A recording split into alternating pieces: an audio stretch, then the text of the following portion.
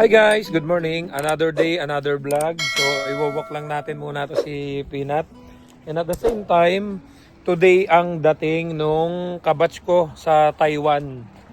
So, inaantabayanan ko siya na dumating. Sabi ko, dito ko na lang siya antayin sa parking. Then, mamayang gabi, pa-testingin na namin siya dun sa farm kung kakayanin ba niya yung trabaho. Kasi kinausap ko nga si boss, sabi ko may friend ako na kailangan ng LMIA. Nabanggit ko na noong nakaraan yung situation niya is dumating siya dito ng tourist. Then nakakuha siya ng working permit, kaya lang seasonal, which is 6 months lang. Nare-renew naman sila, ang problema wala daw trabahong maibigay yung employer. So kagaya ngayon, ang sitwasyon niya, may status siya dito sa Canada pero wala siyang trabaho. So can you imagine, marami talagang ganong situation. Hindi lang yun yung first time na naka-experience ako ng mga taong ganito. Marami na ako nakausap na ganito yung sitwasyon. Narenyuhan sila ng working permit pero wala namang maibigay na trabaho. Kaya ang nangyayari, para lang silang tambay dito sa Canada.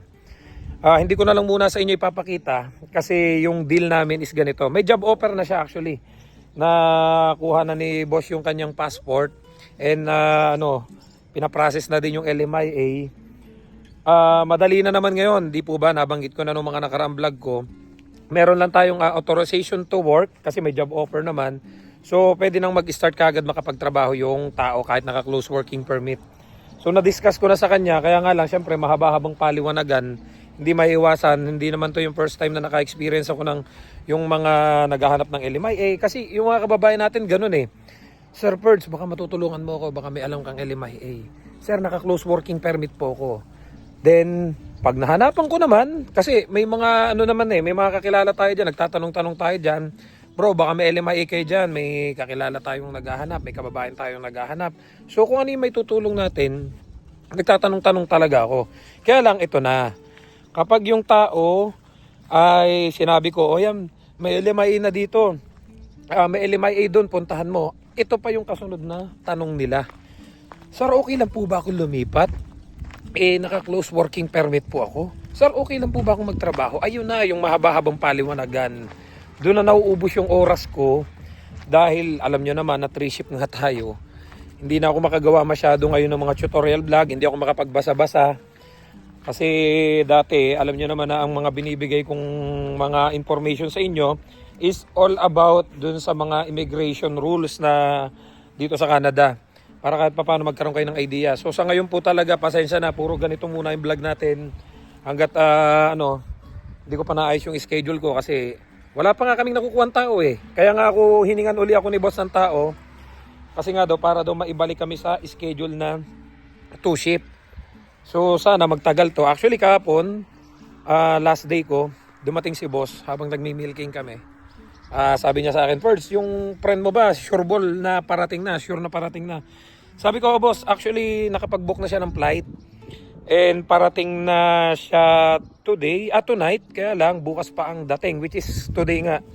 So pinuntahan niya yung tito niya sa Vancouver, hiniahatid siya ngayon papunta rito. And sabi niya, samahan ko na lang daw siyang mag-grocery kasi walang kagamit-gamit yung tao.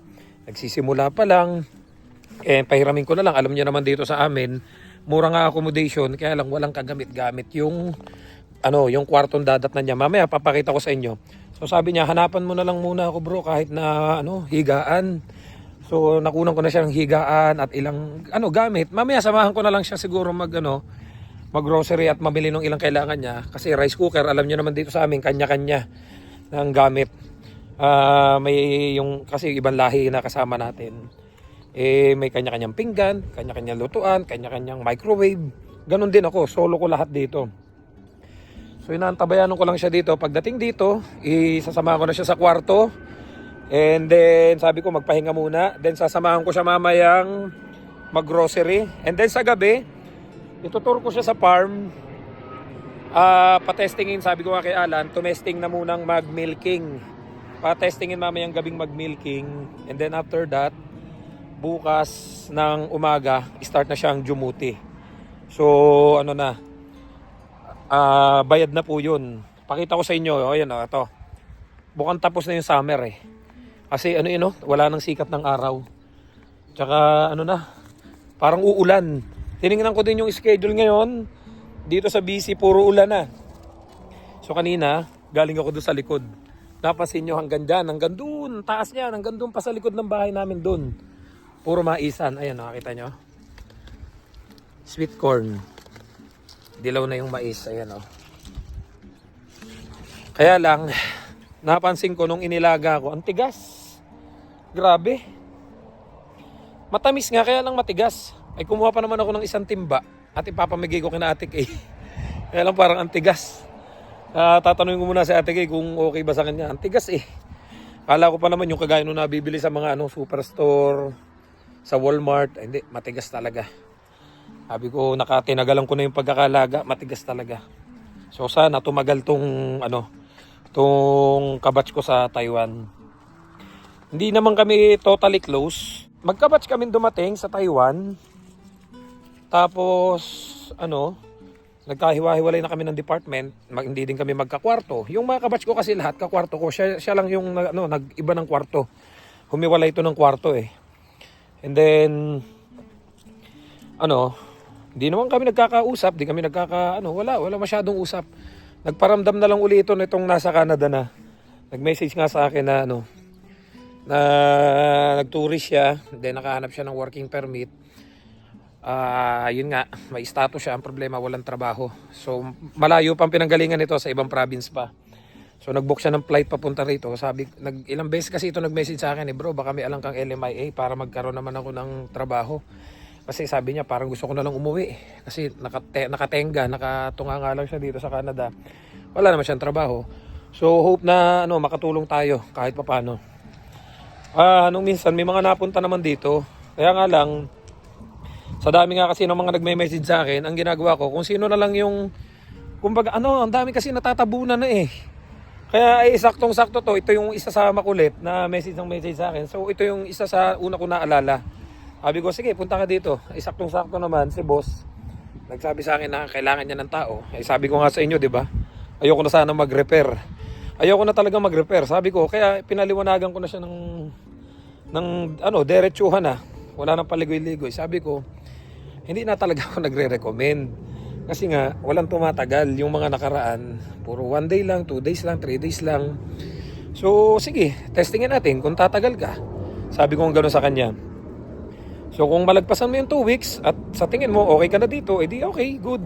Kaya nag-message sa akin ngayon lang bago siya pumunta dito. Kasi kausap ko, nasa Suri sila, mag-grocery na sana sila doon para pagdating dito may gamit na siya. Sabi niya sa akin, nag-message, bro, okay lang bang ang billing ko na lang muna is good for 2 weeks. Kasi ang plano, if ever na hindi kayanin yung 2 weeks, babalik na lang uli siya doon sa province kung nasan siya. Kasi ang sabi daw sa kanya ng employer, i-renew naman daw sila ng December. Kaya lang, ang trabaho is sa May pa. So, can you imagine? I-renew ka ng employer mo ng December. So, ang trabaho pa daw na may ibibigay ay sa May. So, January, February, March, April, May. 5 months kang walang trabaho, pero may status ka. Grabe, di ba? So, yun yung mga nangyayari talaga dito sa mga temporary workers na mga nakakausap ko. Hindi talaga, masasabi ko talagang hindi masarap ang buhay sa Canada, lalo pat pag may mga ganito kang pinagdadaanan. Swerte ka kung kagaya ka nung mga ibang dumating dito na from start to finish na makuha mo yung permanent residency mo, makuha mo yung family mo, okay. Pero hindi lahat ganoon ang kwento ng buhay dito. May mga struggles din yung mga kababayan natin. Especially ngayon, may mga nagko-comment, nagme-message sa akin, sir, gawan mo naman ng vlog yung kung ano ang opinion mo dun sa sinasabi ni Pierre na na aalisin na ang temporary foreign workers program. So no more temporary workers daw, sabi. The principle is very simple. Canadian jobs for Canadian workers. Canada first, Canada always. That's why Conservatives are calling on the Carney government to permanently scrap the temporary foreign worker program and to stop issuing visas for any new temporary foreign workers coming into the country. Under this proposal, existing permits would be wound down until the program is entirely eliminated. Canadian jobs will go to Canadian workers first.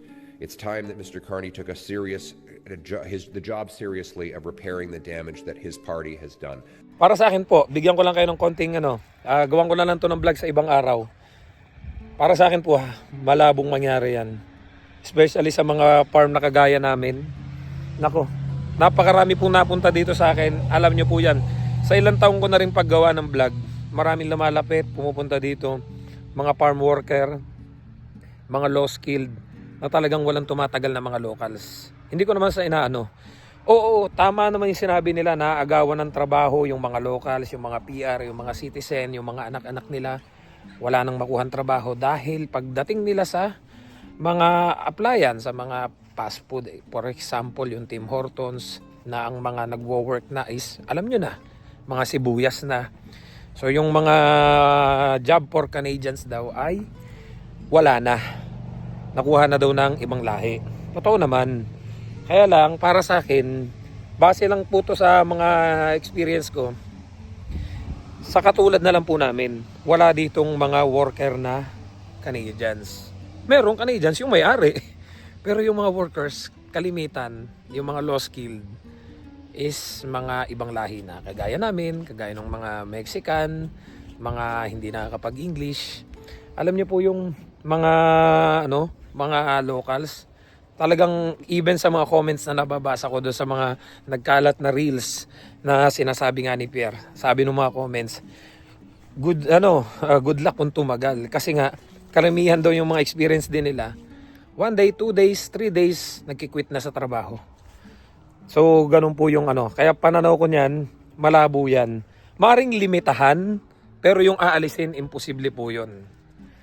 So inaantay-antay ko lang guys yung yung ka-work ko dati, yung kabatch ko.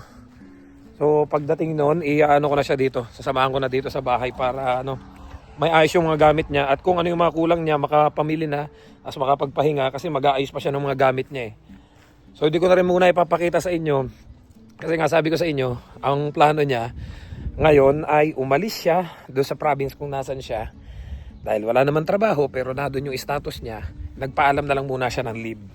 So tatry nga daw niya dito kung magwo-workout. Kung nag-workout, di tutuloy na niya, magre-resign na siya doon. Pero kung hindi niya kinain trabaho dito, plano niya bumalik doon. So nakakahiya naman, ipapakita ko pa siya sa inyo ngayon. So siguro sa mga susunod na vlog, pag medyo okay na siya dito, nakasettle na siya dito. Kasi sabi din niya sa akin, bro, paki-help mo na lang ako kasi wala talaga akong ika nga di pa rin siya nagda-drive eh. So alalayan ko pa siya sa mga kailangan niya, groceries, gamit, paglabas-labas kasi mga kailangan niya. Nagpapaturo na rin siya sa akin mag-drive kasi wala din siyang lisensya. So pag bibili siya dito, ang hirap ng paglagi siyang taxi. So magastos. So sabi ko, pag alis ko na lang dito sa bahay, lipat ka doon sa room ko sa taas kasi mas malawak yun. Kasi lilipatan ko lang naman, malapit lang dyan, 10 minutes lang. Dito lang din sa Abbotsford.